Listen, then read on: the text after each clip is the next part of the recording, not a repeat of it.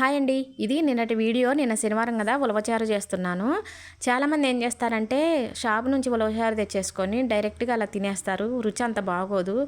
ఏం చేయాలంటే ఒకసారి ధనియాలు, జీలకర్ర, ఎల్లిపాయలు, అల్లం దంచి మరోసారి తాలింపు పెట్టుకుంటే మనకి రుచి అనేది బాగుంటుంది. అలాగే ఈరోజు మా ఊరి చెరువులో చేపలు పట్టారండి. చేపలు చాలా టేస్ట్ బాగుంటాయి. అందువల్ల మా ఆయన గారు తీసుకొచ్చారు. ఉలవచారు ఏమో నాకు, నా చిన్న కూతురికి చేపలు అంటే అస్సలు ఇష్టం ఉండదు. ఇకపోతే నేనేమో గురువారం, శుక్రవారం, శనివారం నాన్ వెజ్ అస్సలు తిననండి. ఇక నేను తినను కదా అని వాళ్ళకైతే వండి పెట్టకుండా ఉండను. ఈ 3 రోజులు నేను తినను, నేను చెయ్యను అనే మాట అయితే నా నోటికి రాదు.